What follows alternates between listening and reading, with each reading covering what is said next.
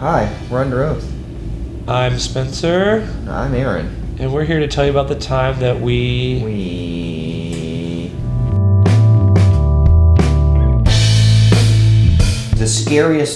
most scared I've ever been on tour is we were in Moscow, and we had taken the night train from St. Petersburg to Moscow, which was scary in its own right.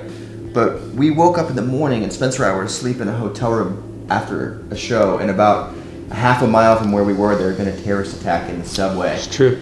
And 45 people were killed. And that night before we went to bed, it was about 1 o'clock in the morning. The terrorist attack happened at 2:30 or 3 a.m. We took the subway. We took the subway to the Red Square. At like 10 or 11, and then we decided we were so tired we took cabs back to the hotel instead of the subway.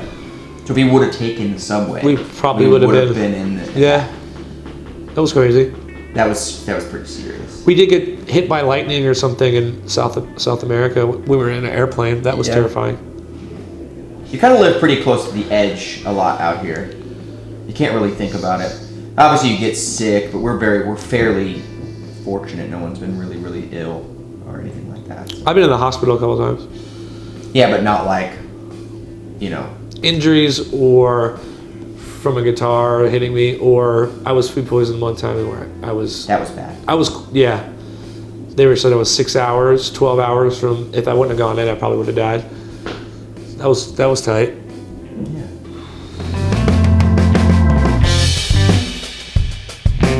First practice, first show back.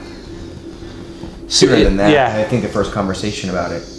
It's like everyone's willing to do this. We should do it because there's no point not to. You get to do what you love, and there's so many people begging for us to come back. It was just like it's like as if we, made Converse shoes, and the minute they started selling, we were like, all right, let's just take them all off the market and let's go work at a fucking restaurant or something. It was just seemed like we had made something that people wanted, and then we just walked away from it. So once we got everyone to communicate and forgive each other, we figured it out.